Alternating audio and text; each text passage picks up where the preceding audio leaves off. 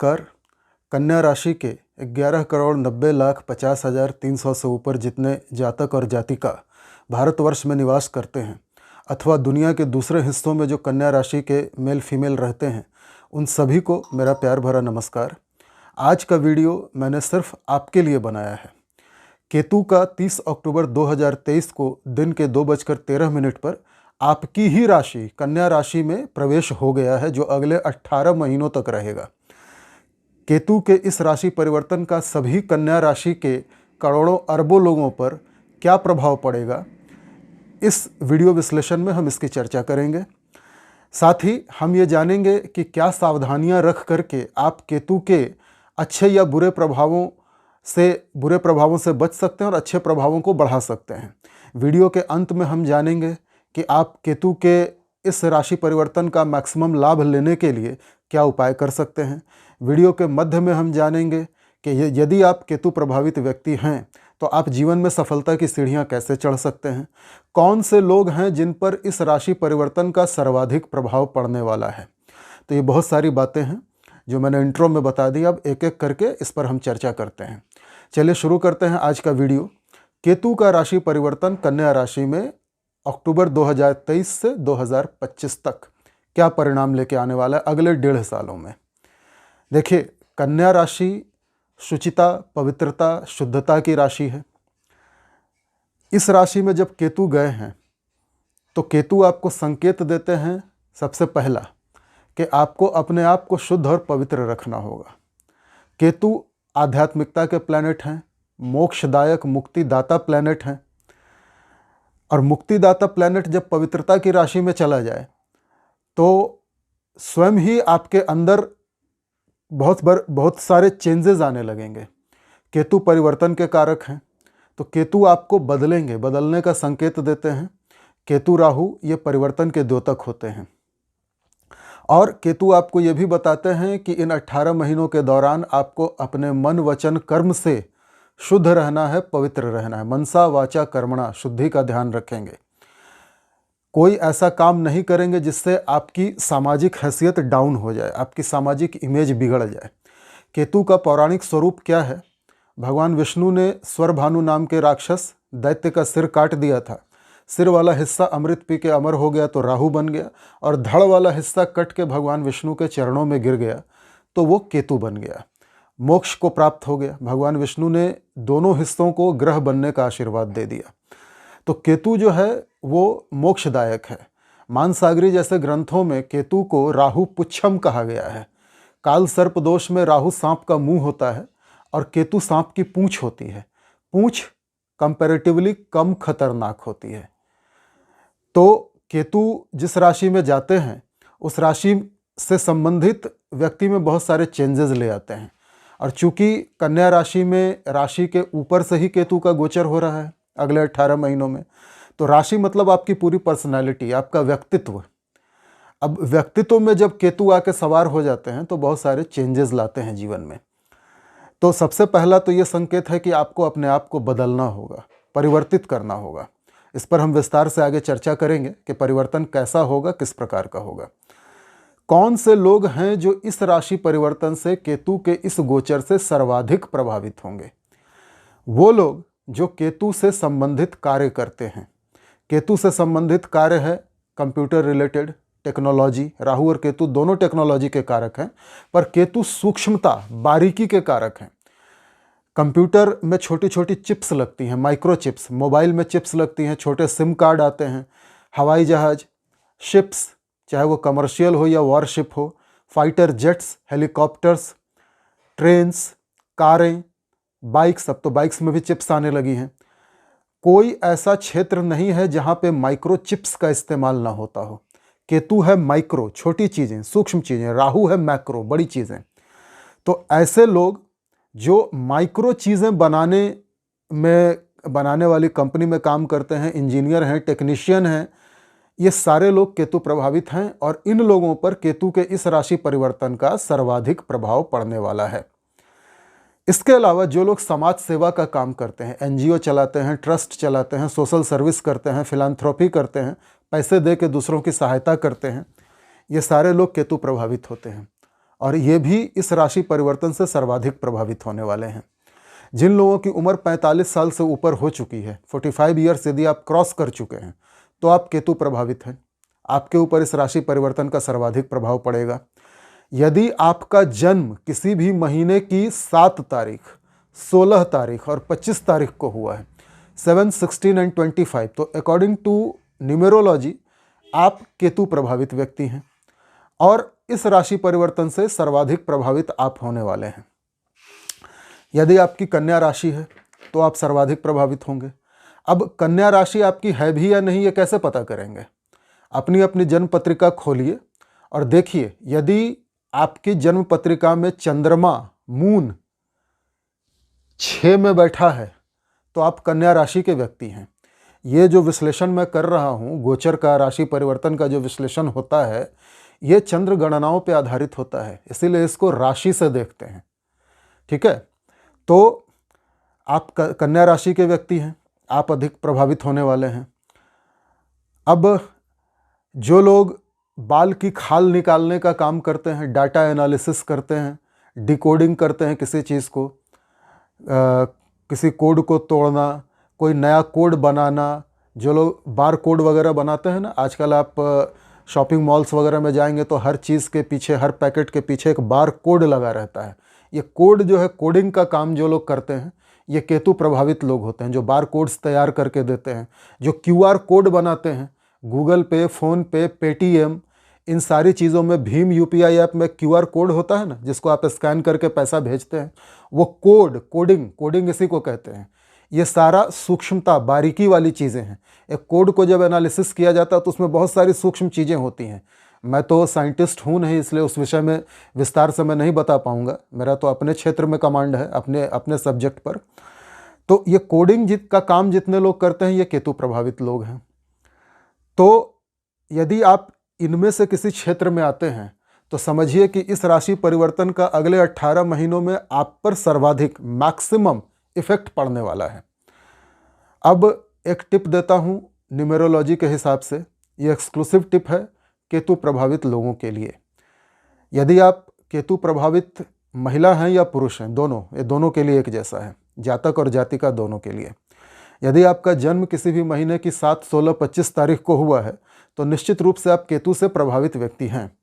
अब केतु क्या है, इसका पौराणिक स्वरूप क्या है? भगवान विष्णु ने जब उसका सिर काट दिया था राक्षस का, स्वरभानु का, तो सिर तो राहु हो गया और केवल धड़ वाला हिस्सा केतु बन गया। तो केतु के एक हाथ में झंडा होता है, धर्म ध्वजा, ठीक है, एक हाथ में तलवार भी होती है। सिर नहीं है उसके पास, बॉडी पूरी है, एनर्जी पूरी है, लेकिन सोचने समझने की शक्ति नहीं है। वो देख नहीं सकता, सुन नहीं सकता, बोल नहीं सकता, सेंसेस नहीं है, केवल एनर्जी है। तो जो केतु प्रभावित व्यक्ति होते हैं उनमें एनर्जी बहुत ज़्यादा होती है, लेकिन उनको किस दिशा में अपनी एनर्जी लगानी है ये उनको पता नहीं होता। वो प्लान नहीं कर सकते, उनके दिमाग में, चूंकि दिमाग है ही नहीं, सिर है ही नहीं, उनके दिमाग में आइडियाज़ नहीं आ सकते। तो यदि केतु प्रभावित व्यक्ति को, महिला या पुरुष को, जीवन में आगे बढ़ना है, सफल होना है, तो उसके लिए एक सबसे बेस्ट सॉल्यूशन, सबसे अच्छा उपाय है कि वो किसी राहु प्रभावित व्यक्ति से मित्रता कर ले, उसके करीब आ जाए।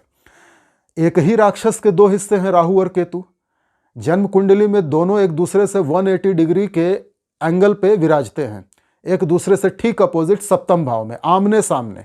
जब जब राहु का राशि परिवर्तन होता है, केतु का स्वतः परिवर्तन हो जाता है।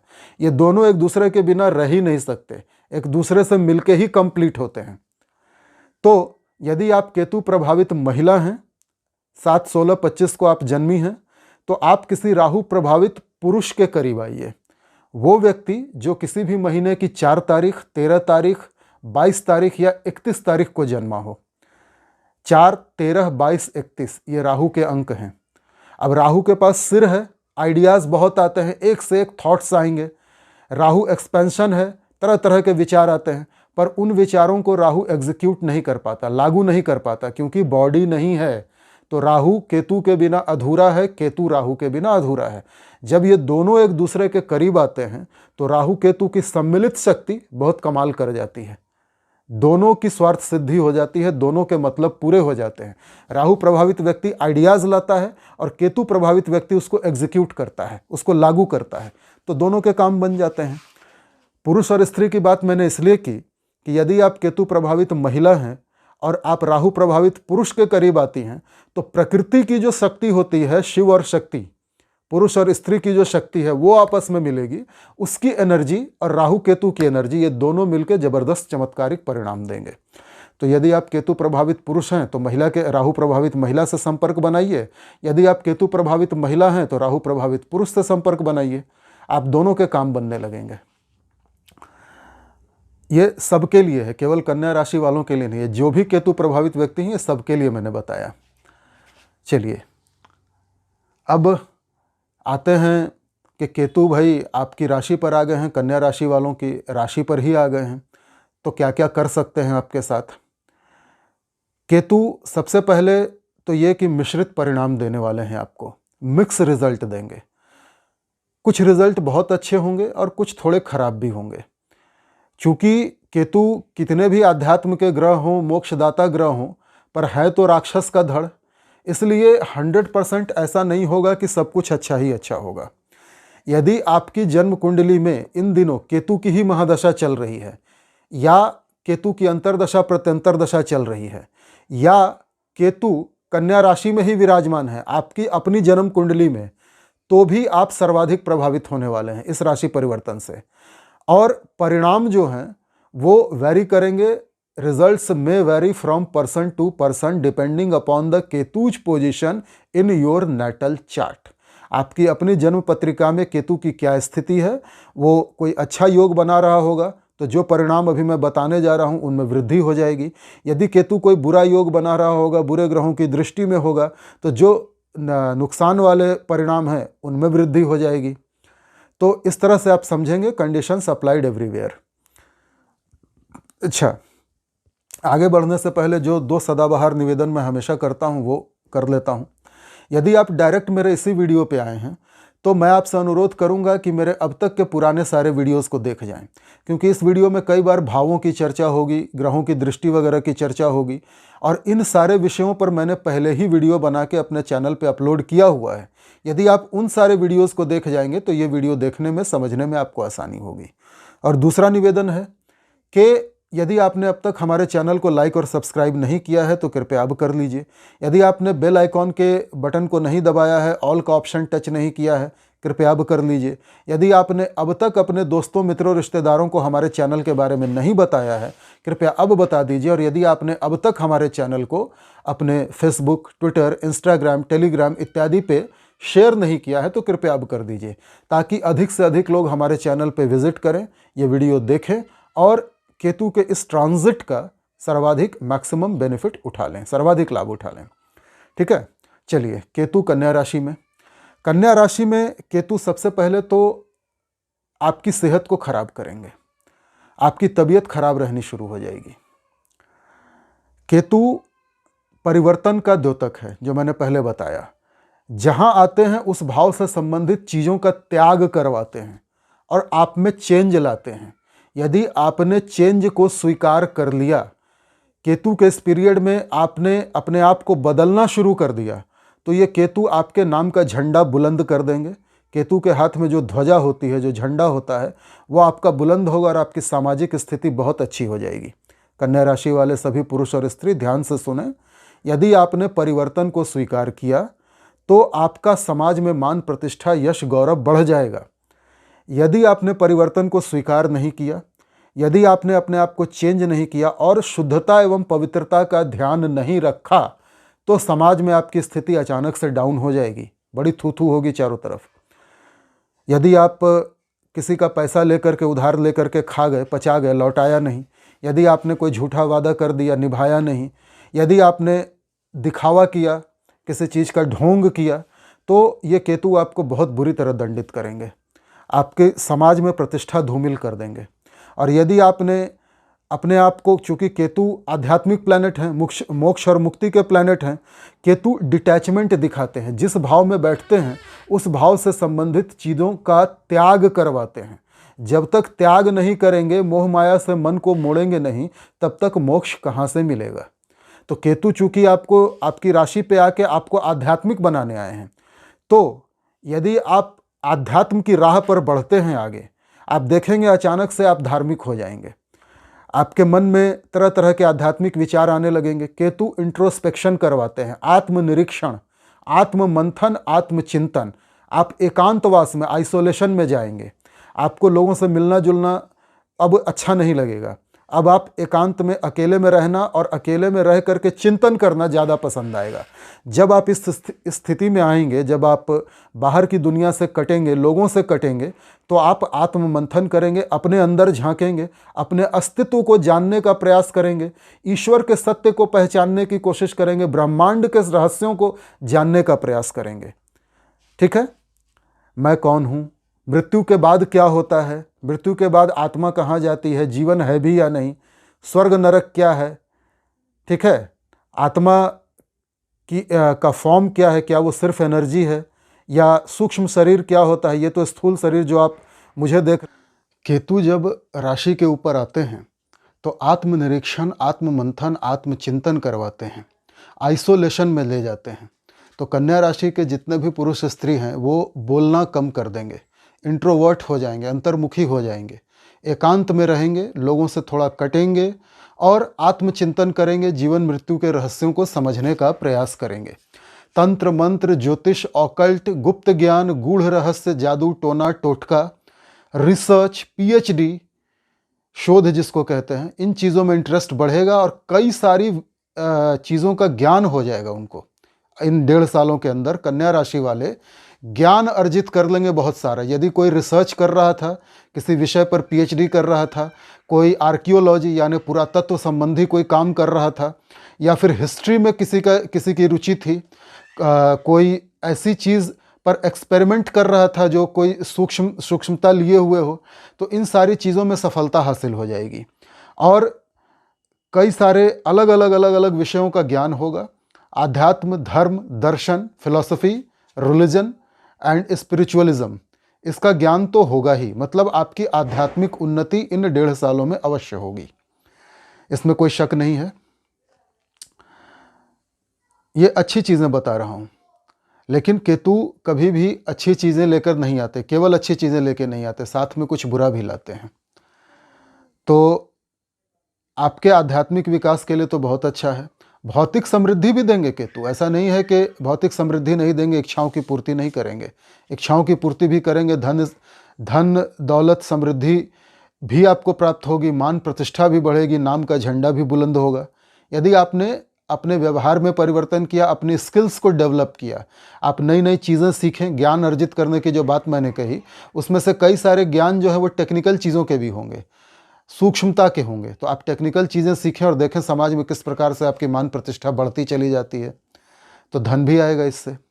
विद्यार्थियों के लिए समय अच्छा है, विद्यार्थियों का पढ़ने में मन लगेगा, बहुत गहराई से, बड़ी सूक्ष्मता से वो विषय की गहराई में उतर के हर चीज़ को सीखेंगे, समझेंगे, तो स्टूडेंट्स के लिए बढ़िया है। जो व्यक्ति रिसर्च कर रहे हैं, पीएचडी कर रहे हैं किसी चीज़ पर, उनकी पीएचडी पूरी हो जाएगी। जो साइंटिस्ट कोई आविष्कार करने के दौर में हैं, आविष्कार करना चाह रहे हैं, किसी चीज़ पर एक्सपेरिमेंट्स कर रहे हैं, बार बार प्रयोग पे प्रयोग किए जा रहे हैं, उनके प्रयोग सफल हो जाएंगे। तो अच्छा तो हो गया, बुरा क्या है? देखिए, केतु का जो काउंटर पार्ट है राहु, वो सप्तम में बैठा है, और सप्तम में बैठा हुआ राहु विवाहित जीवन के लिए अच्छा नहीं होता है। यह सप्तम स्थान है, विवाहित जीवन का स्थान, मैरिड लाइफ, बिजनेस का भी स्थान है, दूर यात्राओं का भी स्थान है। भावों की जब मैं चर्चा कर रहा था, कुंडली के स्थानों की, तो इस पर मैंने विस्तृत वीडियोस बनाए हुए हैं। यदि आप चाहें तो मेरे पुराने वीडियोस देख लीजिए। तो ये स्थान जिसको हम लग्न कहते हैं, ये सप्तम स्थान है। यहाँ लग्न की बात नहीं चलेगी, यहाँ राशि की बात चलेगी। पर प्रथम स्थान, द्वितीय, तृतीय, चतुर्थ, पंचम, षष्ठ, सप्तम, इन सारे भावों पे मैंने अलग से वीडियो बनाए हुए हैं। यदि आप चाहें तो मेरे पुराने वीडियोस देख लीजिए, ये चीज़ें आपको क्लियर हो जाएंगी। तो केतु का जो काउंटर पार्ट है वो सप्तम स्थान में बैठा है, केतु की दृष्टि जा रही है और राशि पर राहु की दृष्टि आ रही है। तो क्या होगा, ये विवाहित जीवन के लिए बहुत नुकसानदायक चीज़ है। राहु केतु ये सभी सेपरेटिव प्लैनेट्स हैं, विच्छेदनकारी, पृथकता देते हैं, सेपरेट करते हैं। तो सबसे पहला तो ये होगा कि आपका जो जीवन साथी है, यदि आप कन्या राशि की महिला हैं तो आपके पति, यदि आप कन्या राशि के पुरुष हैं तो आपकी पत्नी। सबसे पहले तो उनकी तबीयत खराब होगी, बुरी तरह से बीमार पड़ेंगे वो। इसके अलावा आपके पार्टनर का एक्स्ट्रा मैरिटल अफेयर होगा, विवाहेतर संबंध, लव अफेयर, रोमांस किसी अन्य व्यक्ति से हो जाएगा। यदि पत्नी है तो किसी अन्य पुरुष से, और पुरुष है तो किसी अन्य स्त्री से। ठीक है, कुछ मात्रा में ये चीज़ें आपके अंदर भी आएंगी, आप भी किसी दूसरी जगह चक्कर चलाना चाहेंगे। ठीक है, अब राहु और केतु की प्रॉब्लम ही यही है कि केतु जहाँ मोक्ष और आध्यात्मिकता की ओर ले जाता है, एकांतवास में ले जाता है, वहीं राहु भोग देता है। राहु तो भोग है, यूनिवर्स में चारों तरफ राहु ही राहु है, कलयुग में राहु राजा है, राहु इच्छाएं हैं, अनंत इच्छाएं। तो कई बार आप केतु से प्रभावित रहेंगे और आध्यात्म में, धर्म में, दर्शन में लगे रहेंगे, पढ़ने लिखने में।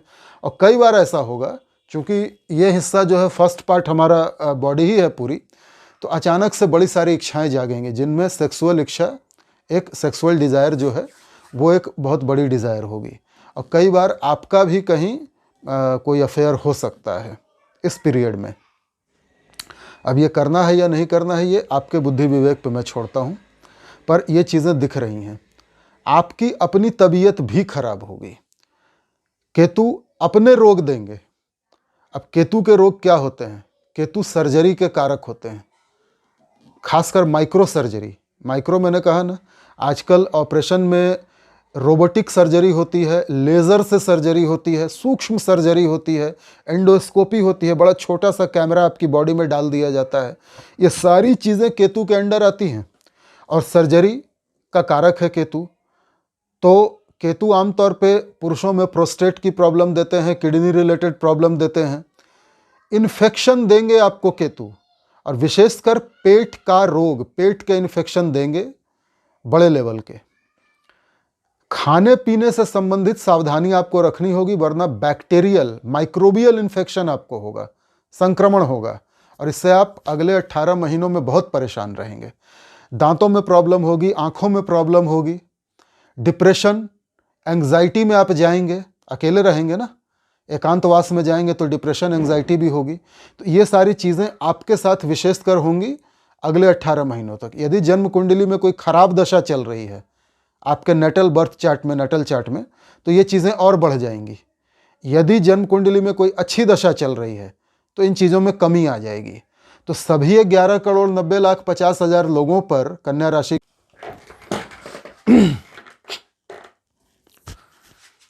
तो केतु के इस गोचर परिवर्तन का सभी कन्या राशि के लोगों पर एक समान प्रभाव नहीं पड़ेगा। आपकी अपनी कुंडली में जैसी दशा चल रही होगी उस प्रकार से परिणामों में अंतर आएगा। अब केतु जब राशि पर बैठते हैं और राहु की दृष्टि में रहते हैं तो ये तांत्रिक क्रियाओं, अभिचार, कर्म की ओर इशारा करता है। मतलब आपके ऊपर कोई तांत्रिक क्रिया हो सकती है, कोई आपका शत्रु, आपका कॉम्पिटिटर, आपके आसपास का कोई व्यक्ति, कोई पड़ोसी, कोई रिश्तेदार आपके ऊपर कोई मारण, मोहन, उच्चाटन जैसी तांत्रिक क्रिया करवा सकता है। मारण का मतलब जान से मार देना, जिसमें व्यक्ति आत्महत्या कर लेता है, आग लगा लेता है, जहर पी लेता है, फांसी लगा लेता है, छत से कूद जाता है, ट्रेन की पटरी पे जाके लेट जाता है, स्वतः उसका दिमाग खराब हो जाता है और वो स्वतः मर जाता है। कुछ ऐसी क्रियाएं करता है कि मौत हो जाती है उसकी, उसके शत्रु का उद्देश्य पूरा हो जाता है। मोहन अर्थात सम्मोहन, हिप्नोटिज्म, इसमें आपको सम्मोहित करके आपसे कुछ भी करवाया जा सकता है जिसके परिणाम भयंकर होंगे। और उच्चाटन, ये क्रिया ऐसी होती है जिसमें आपका मन उचट जाए। आप जिस शहर में, जिस घर में, जिस गली मोहल्ले में रहते हैं वहाँ से आपका जी उचाट हो जाए और आप किसी निर्जन सुनसान स्थान पे चले जाएं, लापता हो जाएं। तो ये अभिचार कर्म है जो आपके ऊपर विशेषकर किया जा सकता है आपके किसी शत्रु के द्वारा। यदि आपके घर में ऐसी घटनाएं हो रही हैं जिनका कारण समझ में नहीं आ रहा, शाम 6 बजे के बाद से अचानक से उपद्रव बढ़ जाते हैं, क्योंकि राहु केतु का समय शाम का है, और तांत्रिक क्रियाओं में जो सूक्ष्म आत्माएं आपके ऊपर छोड़ी जाती हैं यक्ष गंधर्व किन्नर या शाकिनी डाकिनी भूत प्रेत पिशाच कोई भी, तो वो शाम को एक्टिव होते हैं ज़्यादा। तो यदि शाम के बाद आपके घर में तांडव बढ़ रहा है जिसका कारण समझ में नहीं आ रहा, तो समझिए कि आपके ऊपर किसी ने तांत्रिक क्रिया की है और इसका उपचार किसी दूसरे तांत्रिक के पास ही मिल सकता है जो इन चीज़ों का एक्सपर्ट हो। किसी अनजान व्यक्ति से कोई उपहार ना लें, किसी अनजान व्यक्ति का दिया हुआ कुछ खाए पिए नहीं, क्योंकि आमतौर पे जब ये अभिचार कर्म तांत्रिक क्रियाएं की जाती हैं तो खाने पीने में कुछ पढ़ के फूंक दिया जाता है और वो बॉडी में जब आदमी कंज्यूम करता है तो वो चीज़ें उसके बॉडी में चली जाती हैं। या कोई सामान दे दिया जाता है पढ़ के फूंक करके कुछ तंत्र मंत्र करके, और वो जब आपके घर में आता है, चाहे वो टीवी हो, फ्रिज हो या कोई भी वस्तु यदि बाहर से आपके घर में आई है, तो उसके साथ वो दुष्ट आत्माएं आपके घर में प्रवेश कर सकती हैं। तो बड़ा सावधान रहिएगा अगले 18 महीनों में, और किसी से कोई गिफ्ट मत लीजिएगा, किसी दूसरे का दिया हुआ खाइए पीजिएगा मत। पंचम पर दृष्टि डाल रहा है केतु। यहाँ देखिए, यहाँ बैठ करके सीधा सीधा पंचम भाव पे दृष्टि डाल रहे हैं। ये 5th हाउस संतान का भाव है। अब पंचम भाव पे जब केतु उष्ण ग्रह हैं, राहु मंगल ये दृष्टि डालते हैं तो संतान की हानि दिखाते हैं। केतु सर्जरी के भी कारक हैं। तो कन्या राशि की जो महिलाएं गर्भवती हैं इन दिनों, उनको बड़ा संभल के रहने की आवश्यकता है। उनका गर्भपात हो सकता है या फिर सिजेरियन ऑपरेशन हो सकता है और ऑपरेशन में कॉम्प्लिकेशंस आ सकती हैं। जो महिलाएं जिन्होंने गर्भधारण नहीं किया है अभी, उनके गर्भधारण में अर्थात कंसीव करने में प्रॉब्लम आ सकती है। तो संतान की दृष्टि से बहुत अच्छा नहीं है, सावधान रहने की आवश्यकता है। पढ़ाई लिखाई की दृष्टि से बड़ा अच्छा है, ज्ञान अर्जित होगा, रिसर्च पूरे हो जाएंगे। पंचम स्थान मंत्रों को भी दिखाता है, मंत्र शक्ति को भी दिखाता है, मंत्र सिद्धि को भी दिखाता है और राजनीति को भी दिखाता है। तो यदि आप धार्मिक और आध्यात्मिक होते चले जाएंगे तो आपकी राजनीति मतलब समाज में जो आपकी छवि है, इमेज, वो बढ़ती चली जाएगी। ध्वजा आपकी कीर्ति पताका फहराएगी, झंडा बुलंद हो जाएगा। मंत्र सिद्धि कई बार आपको इन 18 महीनों के पीरियड में अपने आप हो जाएगी।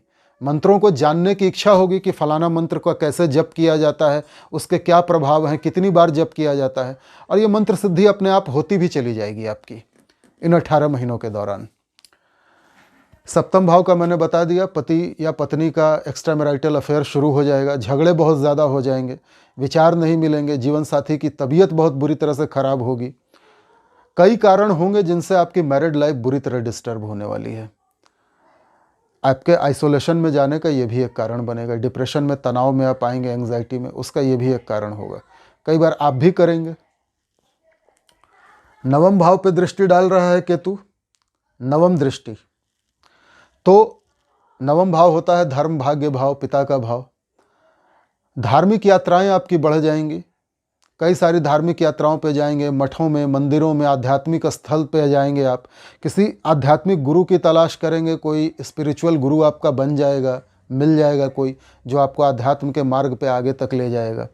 पिता की तबीयत थोड़ी खराब रहेगी, पर धार्मिक आध्यात्मिक उन्नति के लिए केतु का ये गोचर बहुत अच्छा है, बड़ा अच्छा है। कुछ बीमारियां हैं जैसे महिलाओं में पीसीओडी की समस्या, या पुरुषों में प्रोस्टेट की समस्या, किडनी से रिलेटेड समस्या, gall bladder stone, kidney stone, और विशेषकर चाहे कन्या राशि के पुरुष हों या स्त्री हों, पेट की समस्या बहुत बहुत भयंकर रूप से होने वाली है। तो आपको किसी एमबीबीएस डॉक्टर के साथ साथ किसी स्पेशलिस्ट के भी संपर्क में होना चाहिए आपको, जो स्टमक का विशेषज्ञ हो, पेट के रोगों का विशेषज्ञ हो।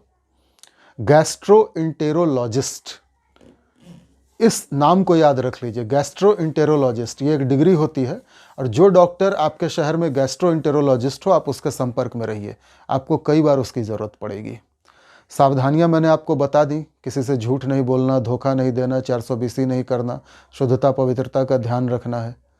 यदि आप ये सब करते हैं तो आपके नाम का झंडा बुलंद होगा और ये 18 महीने आपके ठीक ठाक जाएंगे। उपाय क्या करें?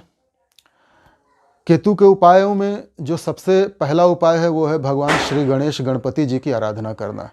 गणपति जी का भी सिर काट दिया था महादेव ने, और बाद में हाथी का सिर लगा था, इसलिए केतु के जो आराध्य देव होते हैं वो गणेश भगवान होते हैं। गणपति अथर्व शीर्ष का पाठ करिए प्रत्येक बुधवार को, वेडनेसडे को, और गणपति जी के ऋण मुक्ति स्रोत का पाठ करिए। गणपति महाराज को हरी दुर्बा, हरी घास जो होती है, ग्रास, वो बहुत पसंद आती है। वो हरी घास चढ़ाइए, साथ में उनको हरा मूंग चढ़ाइए। मूंग की दाल जो बनती है ना, तो वो मूंग ओरिजिनल ग्रीन कलर की होती है। तो हरी चीज़ें भगवान गणेश को अर्पण कीजिए। 2 लड्डू अवश्य चढ़ाइएगा, क्योंकि मोदक प्रिय होते हैं गणेश जी। और साथ में उनके सामने बैठ करके गणपति अथर्वशीर्ष का पाठ कीजिए। ओम गंग गणपतये नमः का जाप कीजिए। ओम गणेशाय नमः का जाप कीजिए। ओम लंबोदराय नमः, ओम एकदंताय नमः का जाप कीजिए। ये सारे मंत्र हैं। गणेश गायत्री का पाठ कीजिए। ये सारे उपाय हैं केतु को काबू में रखने के लिए। लाल किताब वालों ने केतु को कुत्ता कहा है। कुत्ता वो भी 2 कलर का, दुरंगा कुत्ता, चितकबरा कुत्ता, black and white, white and yellow, इस टाइप का, ब्लैक एंड येलो 2 रंग का कुत्ता यदि मिल जाए आपको कहीं, तो उसको बिस्किट रोटी वगैरह खाने को दीजिए, उसकी सेवा कीजिए, केतु प्रसन्न हो जाएगा। साथ में गायों को हरा चारा अवश्य खिलाइए। बुधवार के दिन जरूर खिलाइए। इससे बुध भी प्रसन्न, केतु भी प्रसन्न। चूंकि केतु कन्या राशि में गए हैं, और कन्या राशि का वैसे तो स्वामी बुध होता है, लेकिन राहु और केतु का स्वभाव है कि ये जिस राशि में जाते हैं उस राशि का स्वामित्व ले लेते हैं, अर्थात उसके मालिक बन जाते हैं अपने ट्रांजिट के दौरान। तो अगले 18 महीनों तक कन्या राशि के मालिक केतु हैं, और कन्या राशि का जो मूल मालिक है बुध, उसका स्वभाव केतु ग्रहण कर लेंगे। तो केतु को प्रसन्न करना है तो बुध के उपाय कीजिए। बुध के लिए भी हम गणेश जी की पूजा करते हैं, केतु के लिए भी गणेश जी की पूजा करते हैं। हरा चारा बुध का दान है, हरी चीज़ें, तो आप हरी चीज़ों का दान कीजिए। हरे कपड़े, किसी किन्नर को हरी साड़ी, हरी चूड़ियाँ, ये दान कर दीजिए। इससे बुध और केतु दोनों प्रसन्न होंगे। तो ये थे केतु के उपाय। अब जब 2025 में कन्या राशि वालों के लिए केतु चले जाएंगे द्वादश स्थान में, तो द्वादश स्थान मोक्ष का स्थान होता है, और केतु हैं आध्यात्मिकता के, मोक्ष के प्लैनेट। इस पर हम आगे चर्चा करेंगे। आशा करता हूँ ये वीडियो आपको पसंद आया होगा। अब आपसे आज्ञा लेना चाहूँगा। मिलते हैं अपने कल के वीडियो में। तुला राशि वालों के लिए केतु के राशि परिवर्तन का क्या प्रभाव पड़ेगा, इस पर चर्चा करेंगे। नमस्कार।